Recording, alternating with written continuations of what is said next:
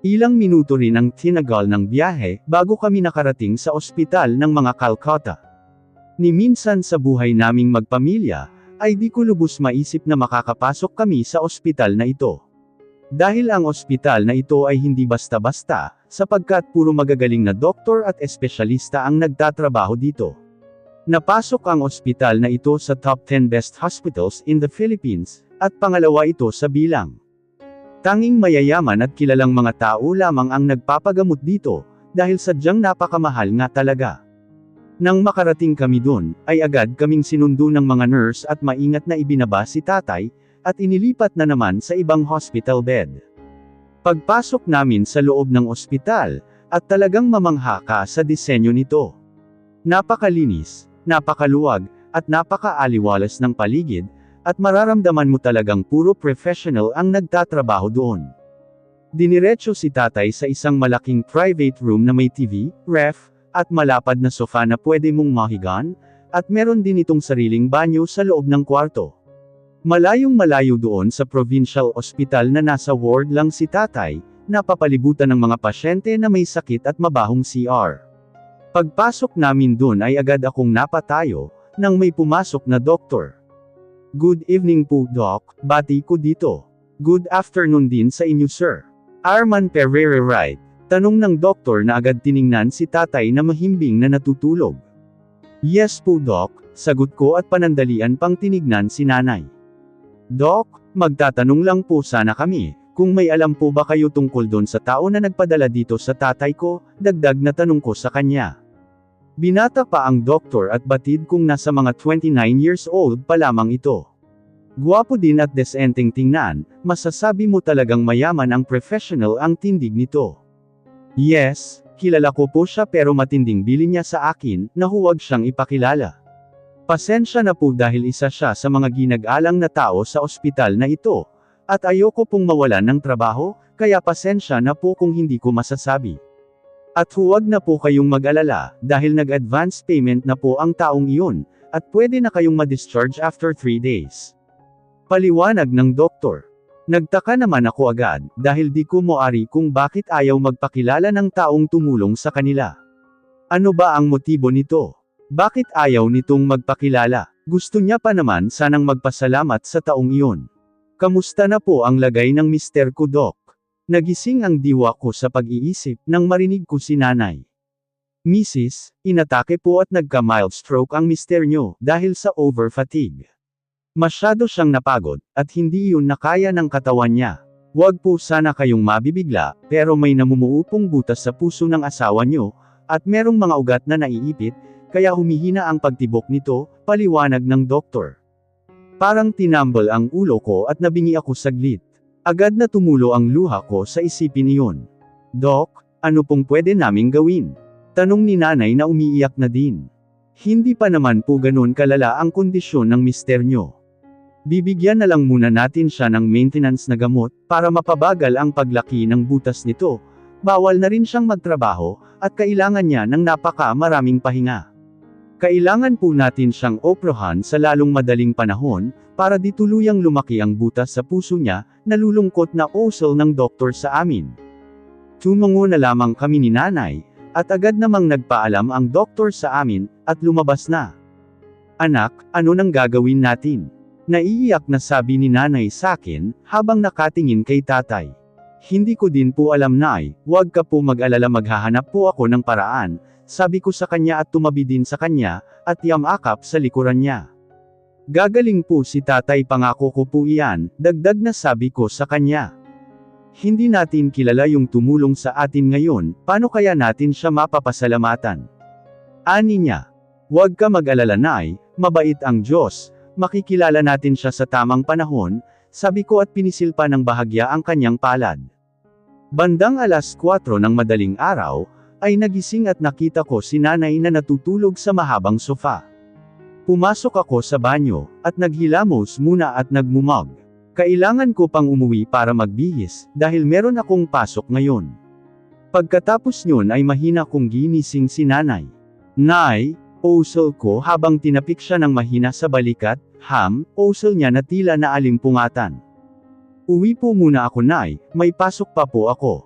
Mag-iiwan po ako ng pera para sa pagkain nyo, at pambili ng mga kailangan, usal ko sa kanya at tumango lamang siya na parang inaantok pa. Humalik muna ako sa pisngi ni nanay, at naglagay ng 5,000 sa bulsa ng pantalon niya. Lumapit agad ako sa kama ni tatay, at dahan-dahan pang hinaplos ang kanyang mukha.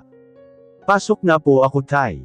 Magpagaling ka na po, usal ko bago humalik sa pisngi niya at umalis. Nag-aabang ako ng taxi pauwi, at mag-aalas 5 na ng umaga.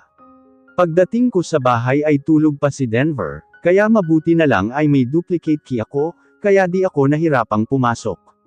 Nagsaing na rin ako at nagluto, pagtapos ay naligo na rin ako at nagbihis. Good morning po ate, rinig kong bati ng kapatid ko habang nagsusuklay ako sa harap ng salamin. Good morning din, kumain ka na, nagluto na ako dyan, posal ko at nilagay na ulit ang sukli sa bag ko. Aalis na ako Denver, may pasok pa ako. O eto baon mo na yan ng 1 linggo. Magtipid ka muna, alam mo na nasa ospital si tatay ngayon, sabi ko at nag-abot ng 500 sa kapatid ko, at nagmamadaling kinuha ang bag ko. Salamat po ate, ingat ka, sagot nito sa akin habang nagsasandok ng kanin. I-lock mo ang bahay pag alis mo, huling bilin ko sa kanya, bago ako lumabas ng bahay at nagabang ng jeep sa kanto. Mainit at mausok ang biyahe lalo na at rush pa ngayon. Bandang alas 8 na ako nakarating sa building na pinagtatrabahuan ko. Iniisip ko na naman na 20k lang ang sinasahod ko buwan-buwan sa pagiging sekretarya dito. Hindi yun sapat sa maintenance na gamot pa lang ni tatay. Magbabayad pa ako sa pagpapaaral ko sa kapatid ko. Meron pang kuryente at tubig, pati na rin ang pang-araw-araw na gastos sa pagkain at sa renta ng bahay. Isang mabigat na buntong hininga ang ginawa ko, bago ako tuluyan pumasok sa loob ng building. Good morning po sir. Masigla kong bati sa boss ko na nakaupo sa kanyang table. Good morning din sa iyo Amara, kamusta na pala ang tatay mo? Tanong nito sa akin habang may binabasang kung anuman na nasa kanyang mesa. Stable naman po si tatay. May nagmagandang loob po na ilipat kami sa ospital ng mga Calcutta, kaso di naman nagpakilala. Akala ko nga po kayo sir pinakita ko pa ang picture nyo sa kanila, pero hindi daw po ikaw, kwento ko sa kanya. Well that's good. May good Samaritan na nagmagandang loob sa inyo, nakangiting sagot nito sa akin. Oo nga po sir may mababait na mga tao pa talaga sa mundo. Kagaya nyo po, salamat po talaga sa binigay nyo kahapon, napakamalaking halaga na po nun, pagpapasalamat ko sa kanya. No worries Amara. Anyways, can you get me a coffee and sandwich sa cafeteria? Posal nito sa akin. Sure sir. Alis po muna ako, paalam ko sa kanya. Nakangiti akong tumalikod at papalabas na ng opisina. Nang buksan ko ang pinto ay may malakas na tinig akong narinig, na parang may nabunggo dito. Napamura ang isang lalaking matangkad at gwapo. Nakahawak ito sa kanyang noo, at namumula din ang kanyang ilong. Sir, I'm sorry po. I'm so sorry po talaga sir, di ko po alam. Naghi-hysterical na ako dahil sa tingin ko, ay mayaman ito base sa kanyang tindig. Nakapikit pa din siya habang hinihimas ang kanyang noo, at nakita kong bahagyan na din itong namula. Masama niya akong tinignan, kaya agad naman akong natakot. What happened here? Nagulat ako nang nakita ko ang boss ko sa may pinto. Sir, nabunggo po kasi siya sa pinto nang buksan ko po, promise sir hindi ko po talaga sinasadya. Defensive na sagot ko habang nakataas pa ang isang kamay, na parang nagpapanatang makabayan, it's okay Amara, he won't get mad. Sige na you can go, gawin mo ng 3 ang coffee and sandwiches, so you can eat too, posal nito sa akin, kaya naman mas nahiya pa ako. Sige po, sorry po talaga, sabi ko dun sa lalaking nabunggo ko ng pinto, at napapayo kong umalis. Ano ba yan Amara? Di ka kasi nag-iingat Sermon ko sa aking sarili.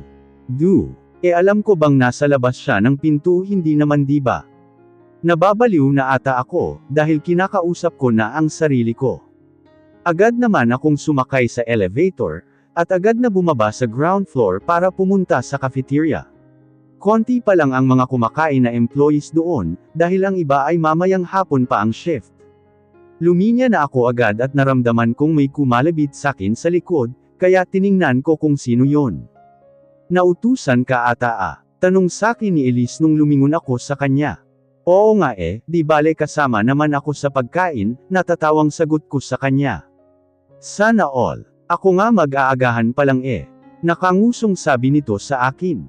Natawa na lamang ako, at di na nagsalita, kasi ako na ang susunod sa linya. Nag-order lang ako ng sinabi ni Sir, at ilang sandali pa ay nakuha ko na agad iyon. Naglalakad na ako papunta sa elevator, dala-dala ang kulay brown na supot na bitbit ko. Ilang sandali pa ay nakarating na ako sa floor. Kung nasan ang opisina ni Sir. Kumatok pa muna ako ng 2 beses bago ako pumasok. Namumula na naman ang mukha ko, nung napagtanto kong andito pa din pala ang lalaking nabunggo ko sa pintuan kanina. Sir, here's your coffee and sandwich. Mahinang osel ko sa boss ko, at inabot sa kanya ang supot. Nahihiya naman akong tumingin sa lalaking nabunggo ko kanina, nang makita kong masama ang tingin niya sakin, ay agad akong nag-iwas ng tingin. Nakakatakot ang mga mata niya, dahil para kang nalulula at nalulunod sa sobrang itim nito. Stop it dude, you're scaring her, osel ni Sir at natatawa pa sa kaibigan. She owe me something. My forehead hurts big time, sobrang sakit. Pagdadabog nung lalaki. Malalim ang boses niya, at napakasarap sa pandinig ang accent niya habang nagsasalita. Don't mind him Amara. Me I know my schedule for today. Tanong sakin ni Sir kaya nawaglit sa isip ko ang boses ng lalaking iyon. Wala naman po masyado Sir, may pipirmahang files ka lang mamaya Sir. Ipapadala ko na lang dito galing iyon sa financial department. At may 2 meeting ka po mamayang 3 PM, at isa naman mamayang 4 PM, paliwanag ko sa kanya. Okay then, salamat Amara, here take your coffee and sandwich. You may proceed now sa table mo, sagot ni Sir sakin at inabot sakin ang coffee at sandwich, na nasa supot na dala-dala ko kanina. Thank you po Sir, excuse me po, nahihiya kong palm sa kanilang dalawa habang nakayuko. Iniiwasan ko talagang makasalubong ang titig nung lalaking nabunggo ko kanina. Nakahinga ako ng maluwag nang makaupo na ako sa sarili kong table. Bale nasa loob lang ako ng office ni Sir, at may sarili akong desk at cubicle. Nakita kong nag-uusap silang dalawa, nung lalaking nabunggo ko kanina. Siguro ay magkaibigan sila, dahil natatawa pa si Sir habang magkausap sila. Di ko na sila pinansin at nagsuot na lamang ng headphones, habang nagkakalikot sa computer ko. Wala naman akong gagawin, at wala din namang pinapagawa si Sir sa akin, kaya napagpasyahan ko na lang muna manood ng mga random video sa YouTube. Kalaunan ay nagsawa din ako kakanood ng mga videos sa YouTube, kaya naman nagunat muna ako saglit, at tinanggal ang headphones ko. Inaantok ako dahil di ako nakatulog ng maayos kagabi, kakaisip sa kalagayan ni tatay. Humikab muna ako bago ko sinubsob ang ulo ko sa desk at pumikit. So you're allowed to sleep during work hours. Bahagya pa akong nagulat nang marinig ko ang boses na yon. Kaibigan iyon ni Sir. I'm sorry Sir, otal na sabi ko sa kanya. Sa isip-isip ko ay di ako dapat nag-so sorry sa kanya, dahil hindi naman siya ang amo ko, pero baka isumbong niya pa din ako kay Sir. Magkaibigan sila You owe me something woman, osel nito at naalala ko na naman ang noo, at ilong niyang nontog kanina sa pinto nang buksan ko iyon. God knows how much I tried to hide my laughter, kaya naman tinago ko ang mga ngiti ko sa pagkagat ng mga labi ko. Why are you smiling? Are you trying to laugh at me? Tanong nito ulit sa akin na siyang kinabigla ko.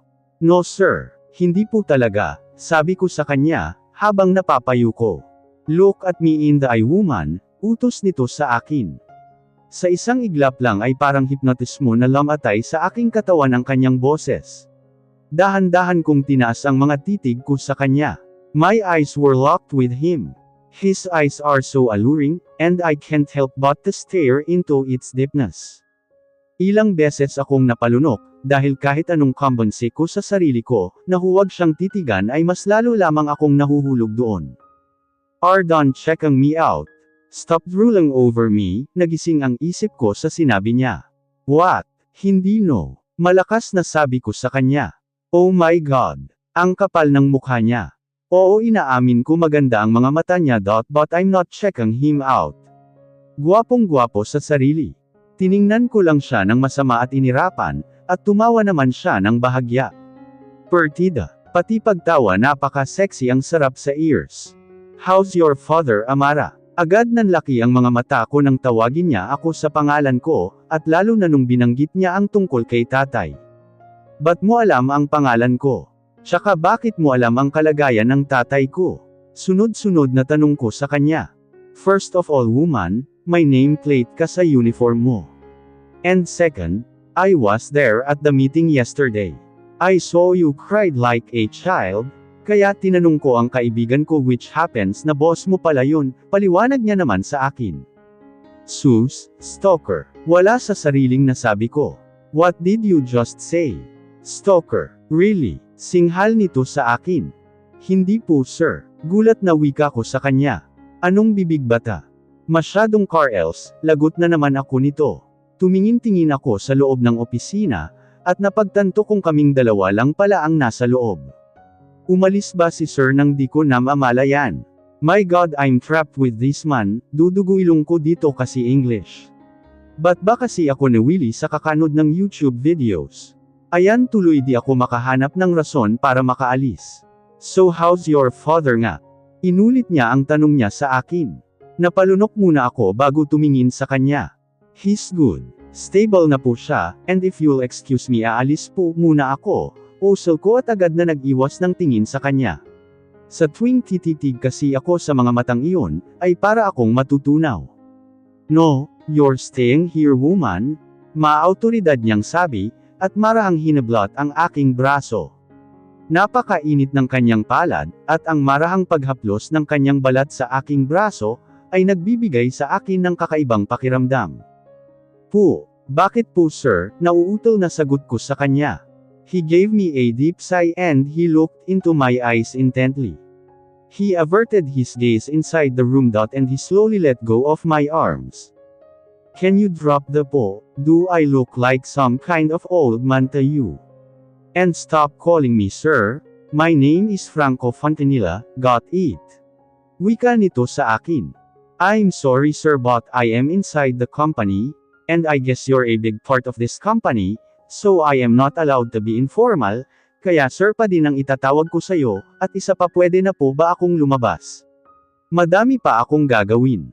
Kanina pa ako nagtitimpi sa lalaking ta. Sus, kung di lang talaga te kaibigan ng boss ko, ay kanina ko pa te sinipa. Heaven knows how much I tried not to roll my eyeballs at him. Kanina pa ako gutom for Pete's sake, hanggang kailan niya ba ako sisingilan sa pagkauntog ng ulo niya kanina sa pinto, akala mo naman aping-api siya dun kanina. No, you're going to eat lunch with me. After that wala ka ng utang sa akin. He said and then he slightly winked at me. What? Naku sir bawal yun baka ma-issue ako sir, iba na lang po ipagawa niyo sa akin. Sinadya kong iniwas ang tingin ko sa kanya para makairap ako. Nagkunwari akong nag-aayos ng mga folders sa mesa, para di ko siya maharap. Malamig dito sa opisina ni Sir, dahil may aircon pero di ko magets kung bakit ako naiinitan. Siguro tensed ako sa presensya ng lalaking kaharap ko ngayon. Oh well you can't say no to me. I already asked your boss and he said yes. If you'll decline my offer, I'll tell him to fire you right away. You don't want it don't you? Banta niya sa akin. This man is really getting into my nerves.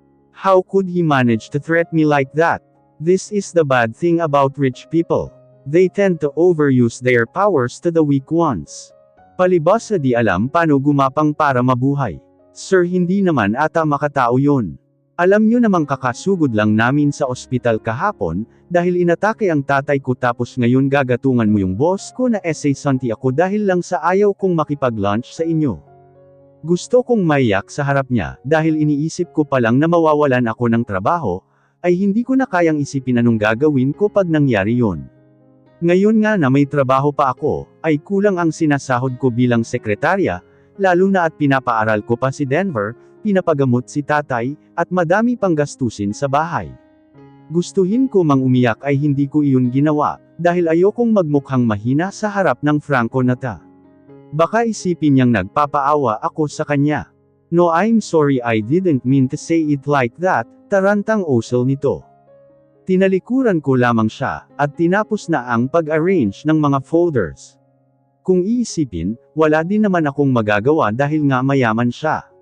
Pagbibigyan ko siya ngayon, dahil ayaw kong magkaroon ng utang na loob sa lalaking ta. Kasalanan ko din naman kung bakit siya nontog. Sige, papayag na akong makipag-lunch sa'yo. Pagkatapos nun wala na akong utang na loob sa'yo, mahinang Osel ko sa kanya. Niece, let's go, I'm hungry, sagot nito sa akin. Wow! Akala mo naman inutusan ko siyang pilitin akong makipag-lunch sa kanya. Sa tingin ba niya di ako nagugutom? Kung hindi lang sana siya umapal, di sana kanina pa ako tapos kumain. Hanep talaga ang lalaking yun. Nakasunod naman ako sa kanya, habang pumapasok siya sa elevator. Pagbukas nun ay may mga tao sa loob, siguro nasa mga 5 sila. Kaya naman bigla akong nailang, dahil baka kung ano-ano na naman ang isipin nila. Alam nyo namang napakabilis ng tsismis dito sa Pilipinas. Nakatingin lang ako sa harap, habang si Sir Franco naman ang pumipindot sa button. At dahil nga nasa loob kami ng elevator, ay medyo masikip kaya naman magkadikit kaming nakatayo. Kitang-kita ko pa yung mga babae sa ibang department na nagbubulungan habang nakatingin kay Sir Franco. Mga show nga kitang-kita kaya sila sa reflection. Nakarating na kami sa ground floor, kaya naman agad din akong sumunod kay Sir Franco na lumabas. Rinig ko pa yung impit na sigaw ng mga babaeng yun, na animoy kinikilig. Ang harot, where do you want to eat? Tanong nito sa akin habang naglalakad kami papuntang parking lot. Kung ako ang tatanungin mo sir, gusto kong kumain sa karenderya, pero dahil kasama kita at alam ko namang mayaman ka, kaya hindi ka nababagay sa lugar na yon. At isa pa, ikaw naman ang nag-aya sa akin na kumain, kaya ikaw na ang nag-decide, hindi naman ako inconsiderate sagot ko sa kanya habang pinipigilan ang sarili kong wag siyang erapan. Okay then, maikling sagot nito at agad na dumiretso sa isang black Porsche na sasakyan. Ina naman napakayaman nga talaga. Sasakyan pa lang naamoy ko na ang kayamanan ng lalaking ta. Bubuksan ko na sana ang pinto ng backseat nang bigla siyang nagsalita. Seriously, are you insulting me? He said while smirking kaya naman nagtaka ako. Bakit po sir? Naguguluhang tanong ko dito. Don't sit there. Anong tingin mo sa akin? Personal driver mo. Dito ka sa front seat. And please stop calling me sir, nasa labas na tayo ng kumpanya. Masungit na sabi nito kaya naman inirapan ko siya. Di man lang ako pinagbuksan ng pinto. Sabagay hindi niya naman ako girlfriend, or baka naman hindi lang talaga siya gentleman. Sumakay na ako at umupo sa passenger seat, at agad na naglagay ng seat belt. Grabe, first time ako makasakay sa ganitong kamahal na sasakyan. Taxi lang kasi ang nasa sakyan ko Nakakatakot gumalaw, baka may masira ako or may madumihan. Hindi mo naman ako kinikidnap diba? Nag-aalalang tanong ko ng mapagtanto kung hindi ko nakabisado ang daan na tinatahak namin. Ano ka bata? He said full of amazement in his eyes. Siguro hindi niya inaasahan na itatanong ko sa kanya yun. Well, sa tingin ko mabait naman ata tong lalaking ka, kaso may pagka-antipatiko nga lang. Subukan niya lang gumawa ng masama sa akin, mababaog talaga siya sa buong buhay niya. Biglang nandilat ang mga mata ko, nang bigla niyang itinigil ang sasakyan sa harap ng isang mamahaling restaurant. 5-star restaurant na ata tong pinuntahan namin. Ano nang gagawin ko ngayon? Baka yung isang order ko dito, ay katumbas na ng 1 linggong ulam namin. Hindi naman siya nagsabi na ililibre niya ako, kaya malamang KKB kami. Kanya-kanyang bayad. Ano ba yan, akala ko sa fast food lang kami Mura naman sa Jollibee. Sir, dito ba talaga tayo kakain? Tanong ko sa kanya.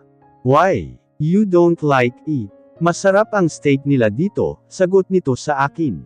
Hindi naman sa ganun sir, pero kasi wala akong pera. Hindi ko ata afford yung mga pagkain na pangmayaman. Sa Jollibee na lang tayo sir, kahit ako namang libre sayo, alok ko sa kanya. You're funny. So sa tingin mo I will let you pay. Don't worry Amara, it's on me, okay? This is a treat and please. Ilang beses ko nang sinabi na wag mo akong tawaging sir, naiirita ako, Osel nito habang tinatanggal ang seatbelt niya. Sige, Otel na sagot ko. Pagpasok pa lang namin ay agad na akong natulala. Mula sa mga naglalakihang chandelier na nakasabit sa high ceiling magandang ambience ng lugar. Mula sa napakagandang table arrangements, at pati na sa mga taong kumakain dito. Napakayaman ng dating. Tapos ako naka-uniform pa ng pang-secretary, ano ba yan, nakakahiya. May kinausap siyang waiter, at agad naman kaming sinamahan papunta sa table namin. Nang makaupo ako, ay hindi ako mapakali sa sobrang laki at ganda ng restaurant na ta. Sa magazine ko lang to nakikita eh. Nang makaupo na kami, ay inabutan kami ng waiter ng menu. Pagbaklat ko pa lang ng menu, ay halos lumuwa na ang mata ko. Isang putahe pa lang ay umabot na sa tumataginting na 2,000 ang presyo. Anong tubig ba ang ginamit pang hugas ng mga sangkap na ta? Holy water! Diyos ko naman, baka di ko malunok ang pagkain ko mamaya. Anong gusto mo? Tanong nito sa akin nang matapos siyang magtingin-tingin sa menu. Franco, yung isang putahe dito pang 1 linggong ulam na namin ang presyo, hindi ko ata kayang lunukan ang kakainin natin mamaya. Nahihiyang osel ko sa kanya, at narinig ko naman ang mahinang tawa ng waiter. Natawa naman sa akin si Franco, at sa lakas nun ay may mga tao pang napatingin sa gawin namin. Ano ba yan, pinapahiya niya naman ako eh. I'm sorry about that, paumanhin niya nang matapos na siya kakatawa. Sa iba na lang kaya tayo kumain? Tanong ko sa kanya. Ang layo ng ni-drive ko Amara, kaya dito na tayo kumain. Huwag ka mag-alala, kahit full course meal pa ang orderin mo, ay ako naman ang magbabayad, sabi nito sa akin. Yung in-order mo yon na lang din ang akin, nahihiyang osel ko sa kanya, at agad naman siyang tumango. Tumingin siya sa waiter at sinabi ang order niya. I want an American steak for the main dish. And give me your most expensive salad and dessert. Make it 2 each and a bottle of wine, osel nito. Inulit ng waiter ang order niya, bago ito umalis. Baka nga hindi ko talaga malunok ang mga kakainin ko mamaya.